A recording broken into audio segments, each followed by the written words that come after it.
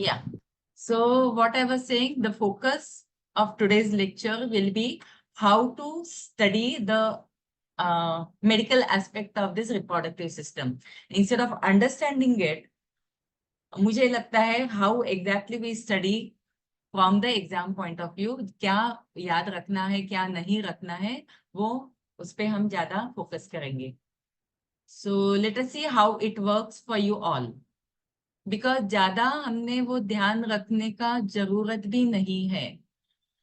As I said, हमारे book में हम बहुत नहीं डिटेल में देते हैं, because if we just give you the gist of it then it makes no sense, we will not understand. तो सर्टन हमें मालूम होना ही है. Are you able to see my single this? Yes ma'am, yes. अभी ठीक दिख रहा है? Yes ma'am. है ना? इसे double yes slide. Ma'am, yes ma'am, बराबर दिख रहा है. ठीक है, फाइन. हाँ. So, and then again, there is a mix requirement here. There are some people like they have more fear about the medical aspect because the terminology used, or they don't have, they are not from the science background. ऐसे काफी दिक्कतें होती है. तो मैं आपको बताऊंगी कौन से क्या ध्यान में ज्यादा आपने रखना है. So we'll start accordingly. So Abhi, when we start with the reproductive system, now what is the very purpose of the reproductive system? So like we know it is the basic instinct of any live being is the sustenance and continuation of its species, right? हमें हमारा वंश चलाते रहना है. Every species की मैं बात कर रही हूँ. And that purpose is served by the reproductive system. अभी हमने अब तक जो देखे, whether it is digestive system हो, respiratory system हो, या musculoskeletal nervous system, they are same, common for both male and a female body. But particularly reproductive system, it differs in the anatomy as well as the physiological aspect. Now again, I would like to understand the difference between the anatomy and the physiology, because हम सिर्फ without understanding the meaning, हम अगर by heart करते हैं या नहीं तो ध्यान में रखते हैं ना, तो फिर हमें समझ में नहीं आता है. What is anatomy? Anatomy is the study of the structure, the basic structure of the system. Physiology, how that structure functions. So that is the difference between the anatomy and the physiology. Now the study of the female reproductive system is called gynecology. The study of the male reproductive system is called andrology.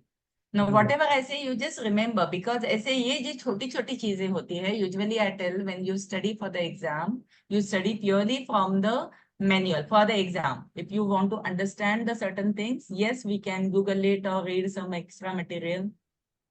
That's fine. But in order to score 100 out of 100 marks in our exam, sticking to the material, study material helps. That is more than sufficient. वही काफी है.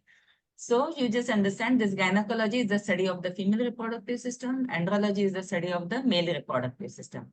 अभी gynecology में एक और special branch है, specialized branch है, that is called obstetrics. ये जो obstetrics है, that is confined only to the pregnancy, childbirth and the postpartum. अभी ये मेडिकल में अलग अलग ऐसे शब्द आते हैं. What is postpartum? Postpartum is a period of 6 weeks after the childbirth. Because वही एक pregnancy का period है.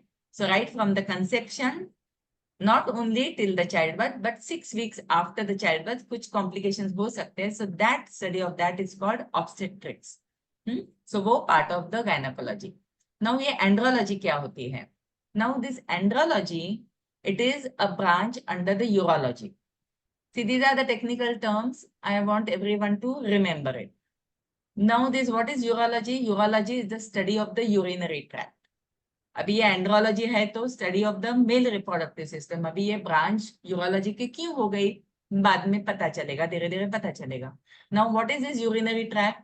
एक किडनी है. किडनी में क्या होता है? ब्लड का प्यूरिफिकेशन होता है. जो ब्लड के जो कुछ भी टॉक्सिक मटेरियल, वेस्ट मटेरियल होता है, पानी होता है, वो सब मिला के यूरिन बनाता है किडनी में. वो यूरेटर के थ्रू पास होता है वो यूरिनरी ब्लैडर में स्टोर किया जाता है। क्यों स्टोर किया जाता है यूरिनरी ब्लैडर? नहीं तो ये ड्रॉप बाय ड्रॉप तो हमारी यूरिन पास ही होती रहेगी। सो वो यूरिनरी ब्लैडर में स्टोर हो जाता है, and when the urinary bladder gets filled then the एक पर्टिकुलर कैपेसिटी से, तो फिर यूरिथ्रा से वो बॉडी के आउट, आई मीन बॉडी के बाहर पास हो जाता है। So now this is one, and एक एंड्रोलॉजी का हम देखेंगे, मेल रिप्रोडक्टिव सिस्टम का कैसा स्ट्रक्चर है, so that it has made a part of the urology. Now this andrologists and sexologists, वो भी because हम कहते हैं कि it is a part of the male reproductive system, तो ये भी हमने sexologist भी नाम सुना है। So what is the difference? Andrology, they deal with the health and the disorder related to male reproductive system. And what is the sexologist they deal? They deal with the actual sexual health and sexual dysfunction. वो again उसका specification हो गया। सो जो urology कहता है पढ़ता है उसका स्पेसिफिकेशन है, स्पेशल ब्रांच है एंड्रोलॉजी, उसका फर्दर स्पेशलाइजेशन होता है सेक्सोलॉजी में। Now why this male reproductive system is considered as a part of this urology? Now I think you can see the whole thing, or that black stripe is coming in between. No, Hello?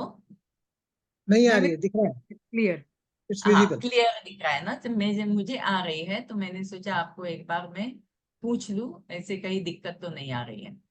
Okay, so now when you say this female reproduct, I mean female का मैंने यहाँ body में दिखा दिया है आपको, ये urinary tract, ये किडनी में ब्लड प्यूरिफाई होके यूरिन बना जाता है, दो यूरेटर से पास होके ये अभी यूरिनरी ब्लैडर, अभी पोजीशन ऑफ यूरिनरी ब्लैडर देखो, it is below the uterus, अलग सा है उसमें से, and again you know the bladder is in the front, anterior, so anterior posterior, anterior यानी फ्रंट की तरफ, पोस्टीरियर यानी पीछे की तरफ।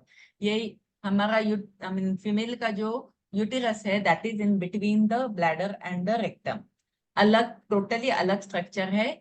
ये किडनी में से, अब मेरा एरो दिखाई दे रहा है ना, किडनी में से यूरिन जाके यूरेटर से पास होके वो नीचे यूरिनरी ब्लैडर में जमा होता है, और वे यूरेथ्रा के पास बाहर निकल जाता है, यूरेथ्रा से बाहर निकल जाता है। सो टोटली सेपरेट है ये हमारा, ये यूटेरस और ये reproductive system and the urinary system.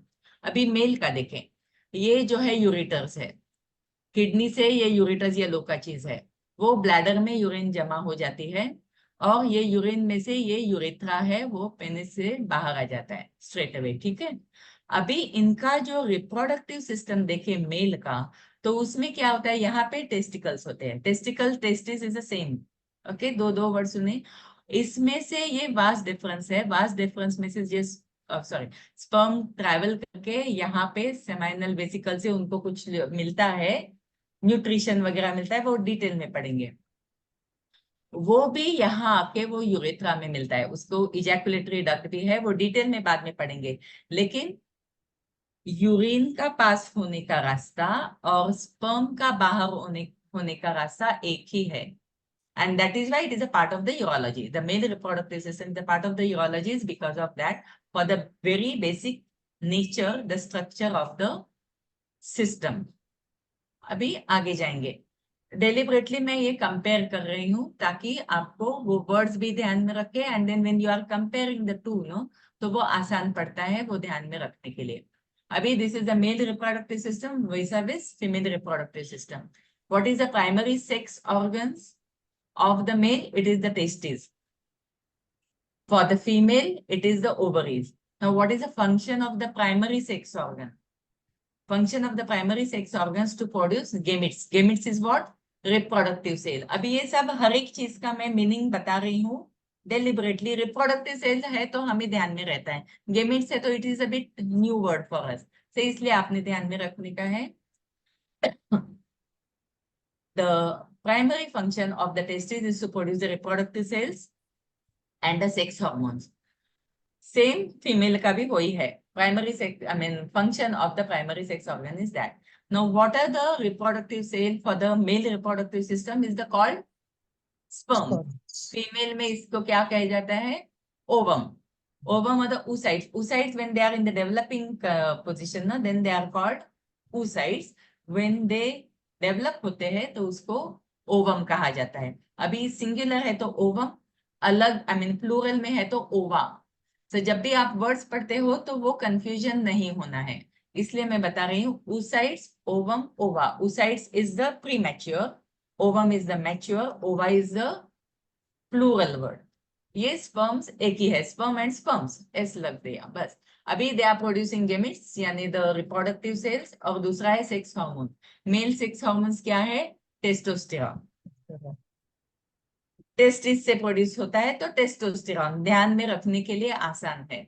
Female का सेक्स हार्मोन है इस्ट्रोजन एंड प्रोजेस्टेरॉन. कुछ कहना है नहीं ना?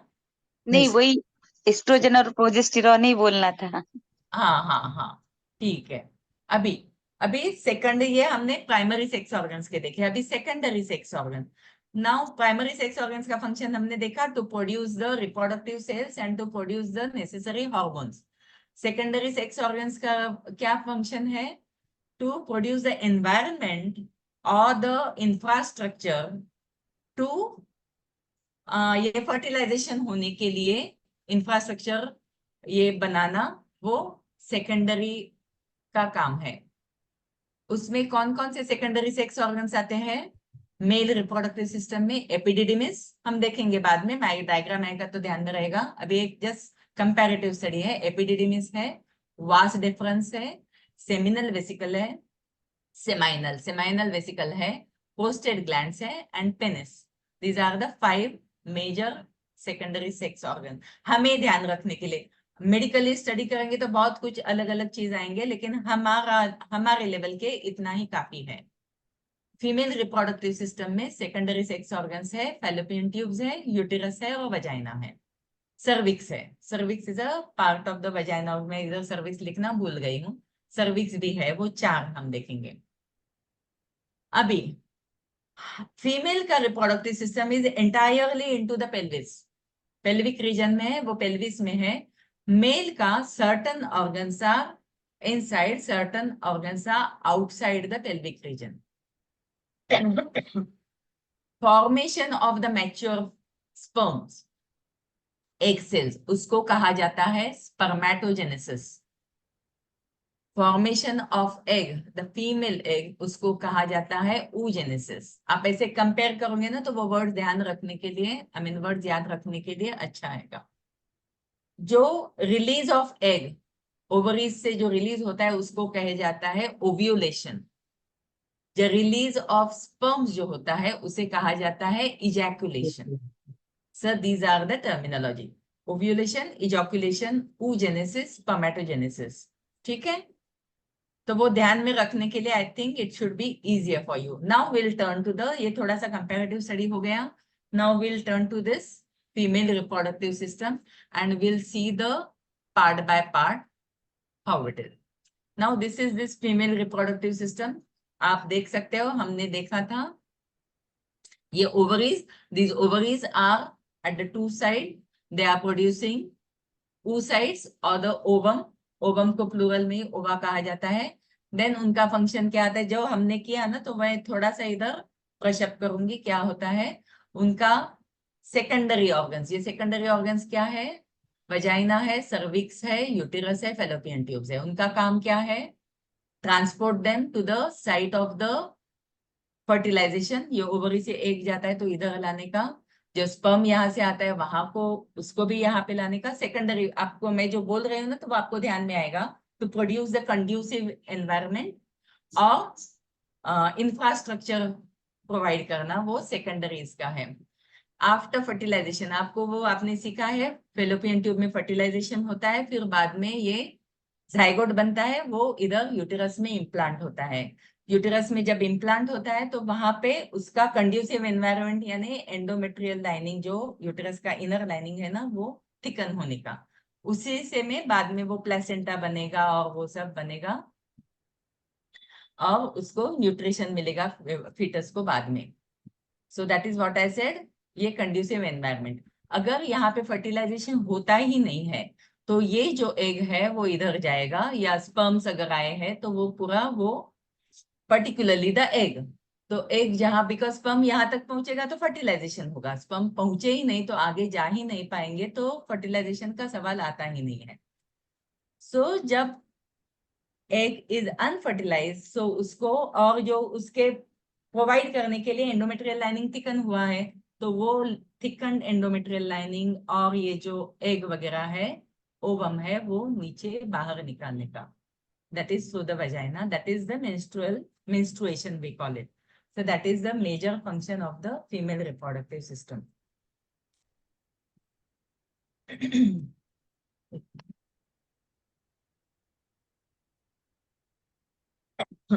Now part by part, one by one, we'll take each this thing.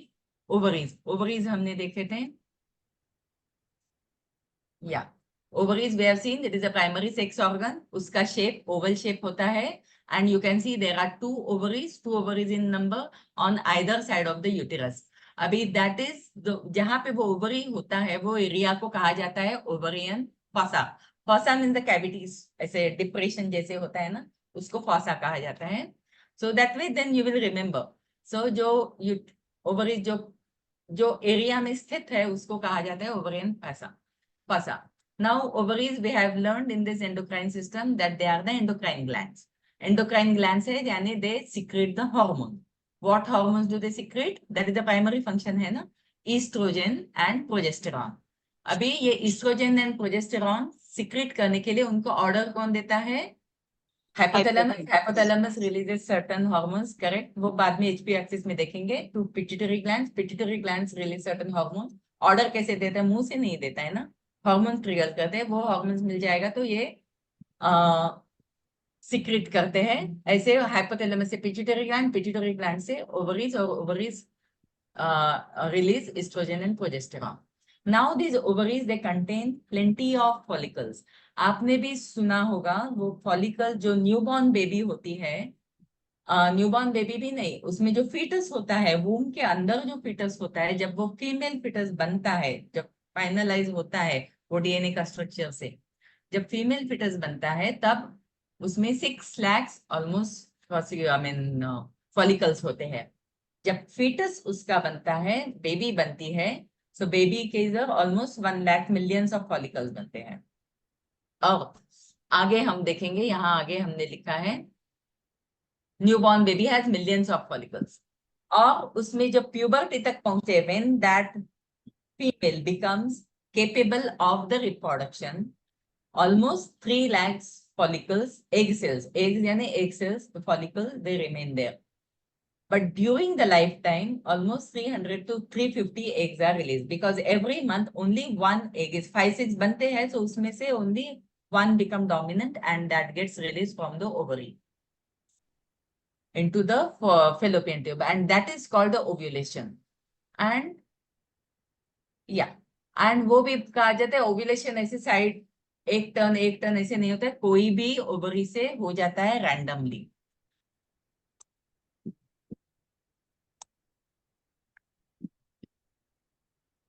या हाँ, अभी अगेन या oogenesis the process of formation of egg हमने ये किया है. Now the next organ will see, that is the fallopian tube. Now what is the fallopian tube? That is again the extension of this uterus. जो है uterus का दोनों side से 2 fallopian tubes होते हैं, एंड उसका एंड को ऐसे फिंगर्स लाइक प्रोजेक्शन होते हैं. ये जो फिंगर्स लाइक प्रोजेक्शन उसको कहते हैं, उसको फिम्ब्रे कहते हैं. जो फिम्ब्रे कहते हैं, so what they do, जब ओवरी से ओवम बाहर निकलता है, एक ही ओवम, हमने मतलब काफी सेल्स होते हैं, उसमें से एक ही एक डोमिनेंट होके जो बाहर निकलता है, immediately it catches it sweeps it inside. ऐसे I don't know whether you can see me, but it sweeps it inside the fallopian tube और वो अंदर आता है.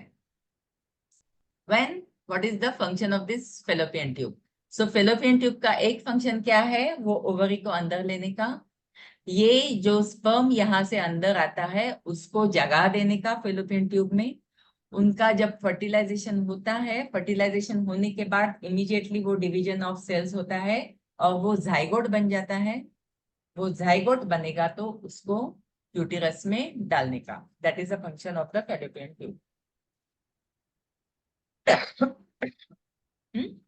और उसमें ये सब मूवमेंट होने के लिए, अभी वो अंदर कैसे जाता है, वो पेरिस्टाल्टिक मूवमेंट से. और वहां से जो एग को अंदर लेने का पेरिस्टाल्टिक मूवमेंट है, पेरिस्टाल्टिक मूवमेंट यानी जो हमारा इंटेस्टाइन का होता है, हमारा यूसोफेगस का होता है, हमारा फूड हम जब गल्प डाउन करते हैं पेरिस्टाल्टिक मूवमेंट से वो स्टमक में जाता है, उसी से वो इंटेस्टाइन में, स्मॉल इंटेस्टाइन से स्मॉल इंटेस्टाइन में, वो सब पेरिस्टाल्टिक मूवमेंट ही है। वैसे ही यहाँ पे भी हमारे फेलोपियन ट्यूब में भी पेरिस्टाल्टिक मूवमेंट से जाता है। अगर वो पेरिस्टाल्टिक मूवमेंट स्ट्रॉन्ग इनफ नहीं है तो फिर क्या होता है, वो जो fertilize egg remains there in the fallopian tube only, it doesn't get into the uterus, and that results into the ectopic pregnancy. Ectopic pregnancy is the failure of the weakening of that weakened fallopian tubes to cause a sufficient peristaltic movements. अभी medicinal इसमें से कुछ medical treatment है, if they are able to push that into the uterus, it is okay. Otherwise, it gets enlarged there and it has to be aborted because then it gets burst open. No, इतना बड़ा हमारा uterus कितना expand होता है ये female का, तो उसमें पॉसिबल नहीं होता है, so they have to abort it. But that is the ectopic pregnancy because of the lack of the peristaltic movement of the fallopian tube. Now the next is the uterus. Uterus को हम common language में कहते हैं womb. Womb जो है, it is a large hollow muscular organ होता है. It is, वो कहते हैं ना उल्टा पेयर शेप्ड है, और उसका जो ओपन, अच्छा उसका जो ओपन एंड जो है यहाँ पे, तो उसको सर्विक्स कहा जाता है.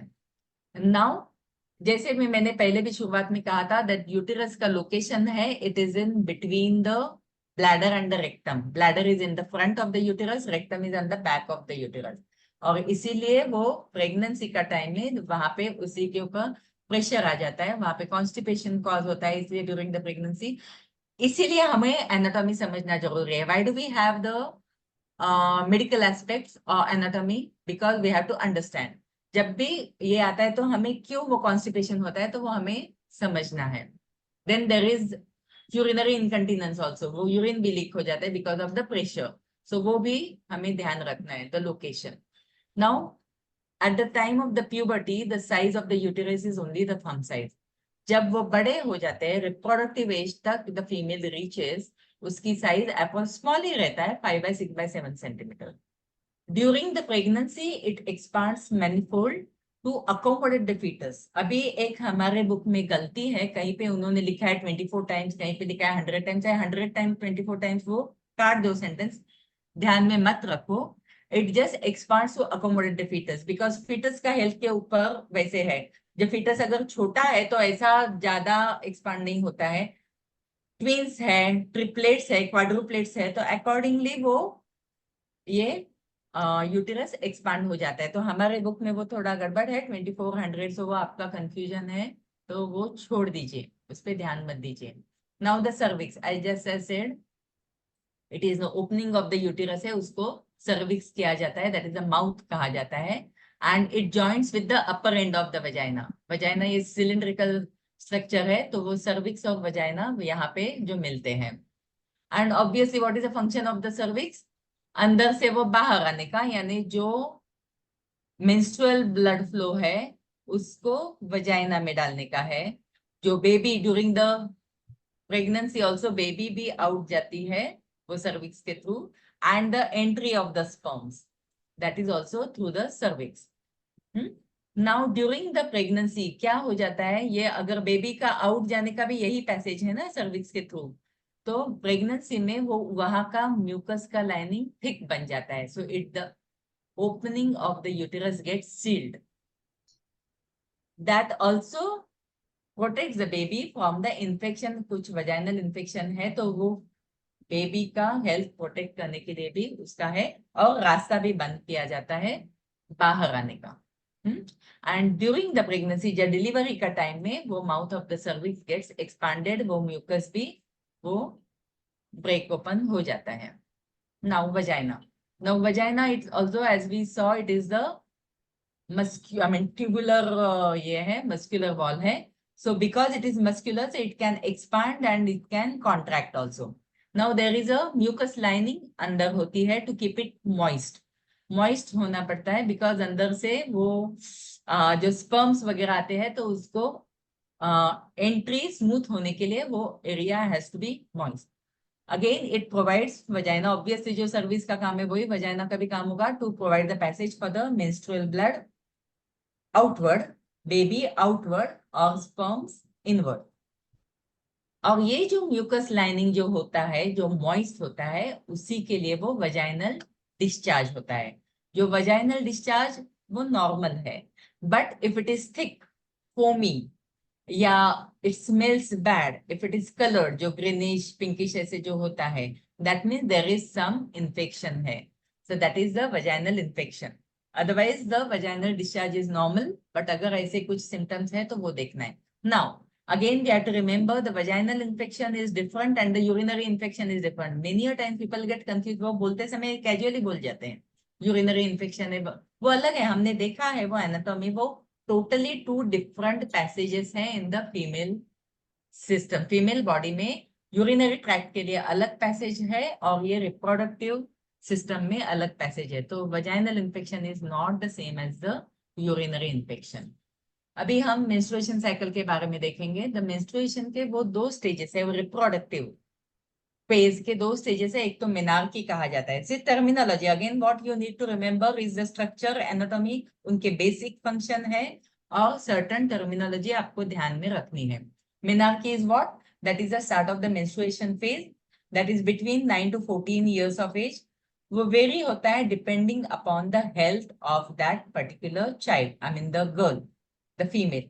जो फीमेल का जो उसका न्यूट्रिशन है, इसीलिए वो सोशो इकोनॉमिक फैक्टर्स पे भी डिपेंड होता है मेनार्की, कब उनका मेंस्ट्रुएशन पीरियड स्टार्ट होता है. But there is again alarming thing, the exposure to the sexuality that has also preponed the menstruation period.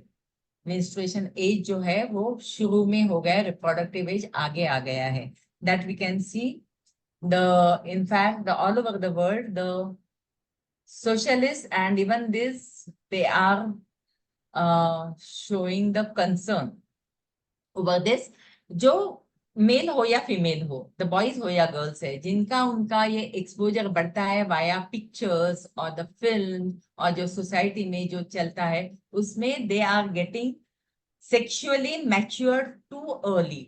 When they get sexually matured early, उनका hormones they get secreted and उसके वजह से उनका menstruation और the sexual maturity age is receding, and which is not good in the sense, एक तो recede हो रहा है before their other reproductive system gets matured enough, जो हम बाद में मेल में भी देखेंगे. The sperms also have to be healthy for the good baby. This, both the systems have the role to play, the male as well as the female, health of the male and the female. So वो भी एक बात है. और उनका childhood बहुत जल्दी खत्म हो जाता है, वो भी एक बात है. The thing which they had to enjoy, play, वो भी खत्म हो रहा है. So that is the menarche.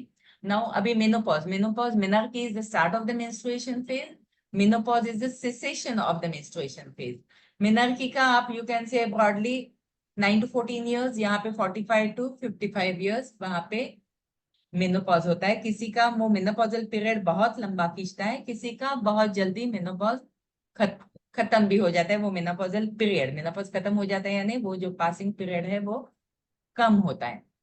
In between menarche and the menopause का फेज है, उसे रिप्रोडक्टिव फेज कहा जाता है. अभी मेंस्ट्रुअल साइकिल किसे कहा जाता है? प्रीवियस साइकिल का फर्स्ट डे और नेक्स्ट साइकिल जब आता है उसका फर्स्ट डे, उसके बीच का पीरियड है वो मेंस्ट्रुअल साइकिल होता है. वो जनरली 28 डेज का होता है, but it varies from 23 to 35. There can not be a uniformity. जैसे हम बोलते हैं ना, रेंज ही होता है, वेट रेंज हम जैसे कहते हैं ना, वेट हाइट की रेंज होती है, सबकी रेंज होती है कोलेस्ट्रॉल लेवल की, वैसे ही इसकी भी रेंज है 23 to 35 डेज. मेंस्ट्रुअल फ्लो की भी रेंज होती है, किसी का 3 दिन में हो जाता है, किसी का 5 days, it is between 3 to 5 days. Again there is a misconception कि ये मेंस्ट्रुअल फ्लो है वो अशुद्ध रक्त है, इम्प्योर ब्लड है, तो जाता है ना तो जाने दो, हमारा प्यूरिफिकेशन हो जाता है. सो वैसा नहीं है. आपको अभी समझा है कि this is only the shedding of the endometrial lining. Endometrial lining shed होता है तो वो तो प्योर ब्लड ही है और कुछ नहीं है. सो बहुत ज्यादा दिन अगर ब्लीडिंग हो जाती है, किसी किसी का भी ये 3 to 5 days लिखा है, किसी का 6 दिन भी होता है, अगर लेकिन वो नॉर्मल फीचर है तो it is okay. If the that female is not feeling weak, किसी किसी का 6-7 दिन तक भी चला है लेकिन कंटिन्यूअस फ्लो नहीं होता है, कम कम कम होते जाते रहता है, स्पॉटिंग तक लाता है, लेकिन किसी का 7 दिन भी होता है, ठीक है, वो norm I mean uniform phenomenon होने का है। And that is why it is always advisable to tell all the girls to keep the mark of their menstruation right from the they start their getting their periods. It is very much necessary so that later on if there are any problem, then it becomes very helpful to the doctor. And now this menstrual flow, I mean, menstruation is regulated by the hormones secreted, I mean, actually by the ovaries. And basically we can say that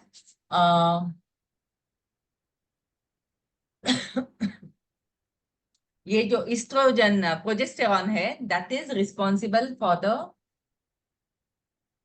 generally we can say broadly, progesterone is the this thing hormone responsible for the formation of that thickening of the endometrial layer, and estrogen is basically responsible for the overall health and development of the reproductive system, and we can say the pregnancy. That is the broadly I am just saying to remember.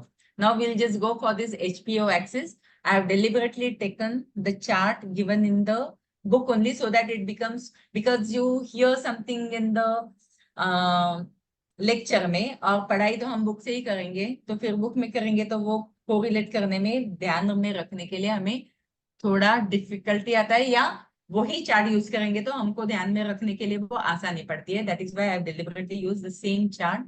अभी internal environment यानी क्या होता है, the low level of estrogen और progesterone blood में, अगर कभी भी एस्ट्रोजन प्रोजेस्टेरॉन की लेवल ब्लड में कम हो जाती है, so immediately it gets the brain get the signal, that is the central nervous system. So central nervous system will trigger the hypothalamus.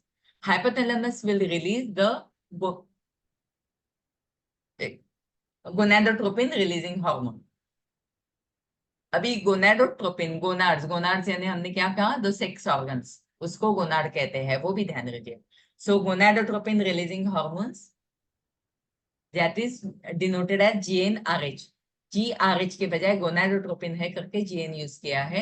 Hypothalamus releases gonadotropin releasing hormone, it gives to the anterior pituitary gland. Anterior pituitary gland further releases follicle stimulating hormone, egg cell and luteinizing hormone, वो नीचे ovaries को stimulate करते हैं। Then ovaries trigger this, secrete this estrogen and progesterone. जो estrogen and progesterone जो stimulate करते हैं, तो that becomes the ovulation process, maturing of the egg. फिर वो यूटेरस में चला जाता है, and then the further मैंने जो कहा था, जो प्रोजेस्टेरॉन है, that gives the thickening of the uterus inner lining जो है, endometrial lining को ये करते हैं, and this एस्ट्रोजन है वो एग फॉर्मेशन के लिए ये हो जाता है, ठीक है। और फिर बाद में अगर वो नहीं फर्टिलाइज होता है तो फिर मेंस्ट्रुएशन होता है, that is the HPO axis. जब मेंस्ट्रुएशन हो जाता है तो वापस वो एस्ट्रोजन एंड प्रोजेस्टेरॉन का लेवल कम होता है, then again that is how it goes on, the cycle चलते रहता है। नाउ दिस अगेन मेंस्ट्रुएशन के बारे में थोड़ा सा और जान के ले लेंगे हम। ये तो मैंने बताया, इधर after menstruation level estrogen progesterone की लेवल डिक्रीज हो जाती है, तो HPO एक्सिस अगेन वापस से शुरू होता है वो। अभी डिले इन मेंस्ट्रुएशन होता है तो endometrial lining gets thicken, because जब तक वो ये ओवम यहाँ पे नहीं आता है तब तक वो डिस्कार्ड नहीं होता है, वो डिस्कार्ड नहीं होता है तब तक वो एंडोमेट्रियल लाइनिंग थिक हो जाता है, और उससे में जब बाद में होता है तो वो बिकॉज इट इज थिक, वो सर्विक्स जो है, जो ओपनिंग है, वो डायलेटेड नहीं होता है ना यंग गर्ल्स में, तो उनको बहुत पेनफुल होता है जब भी there is a delay in the menstruation, so the menstruation is painful. Now ये तो हमने देखा है, that is HPO axis, that is all done. या प्रेगनेंसी में क्या होता है? द प्रेगनेंसी पीरियड इज क्या है? Right from the conception to the birth, delivery. Obstetrics उसके थोड़ा आगे जाता है 6 वीक्स तक उसका पढ़ाई। अभी हमने देखा है जो ओवा है उसमें से few ova get developed into the egg, they get matured, उसको कहा जाता है oogenesis। उसमें से सिर्फ एक ही egg that becomes mature and that is released by the ovary उसको ओव्यूलेशन कहा जाता है। मैंने पहले ही बताया वो जो ओवम है, वो जो एग है, that is captured by the fimbriae and that gets into the fallopian tube। आपको डायग्राम दिखाने का जरूरत नहीं है ना? नहीं, हाँ, वो ध्यान में आया। वो फेलोपियन ट्यूब में जाता है। यहाँ पे स्पर्म, कौन बोल रहे हैं? हाँ, not required. हाँ, Picture is not required. Teacher is not, ठीक है। तो स्पर्म यहाँ से वहां फेलोपियन, बिकॉज वो बहुत बाय हार्ट हुआ है, काफी रिपीट भी हुआ है। स्पर्म फेलोपियन ट्यूब में पहुंच जाता है, फ्यूजन होता है तो जाइगोट इज फॉर्म। एंड वो जो जाइगोट जब फॉर्म होता है ना, जब वो ब्रेक ओपन होता है ना, वो एग, मैच्योर एग, वो जो ब्रेक ओपन होता है उसमें से वो सेल्स के जो बहुत सारे सेल्स होता है, वो सेल्स इकट्ठा होके वो I'll tell you the word, एक minute, that is called corpus luteum। Corpus luteum उसे कहा जाता है। एंड वो जो कॉर्पस से nothing goes waste. Egg burst open होने के बाद वो ओवम अंदर जाने के बाद जो उसका जो क्लस्टर ऑफ सेल्स है वो फॉर्म होके उसका कॉर्पस ल्यूटम बन जाता है। एंड दैट कॉर्पस ल्यूटम जो है that again secretes certain hormones and that help that embryo to get implanted into the uterus। अभी ये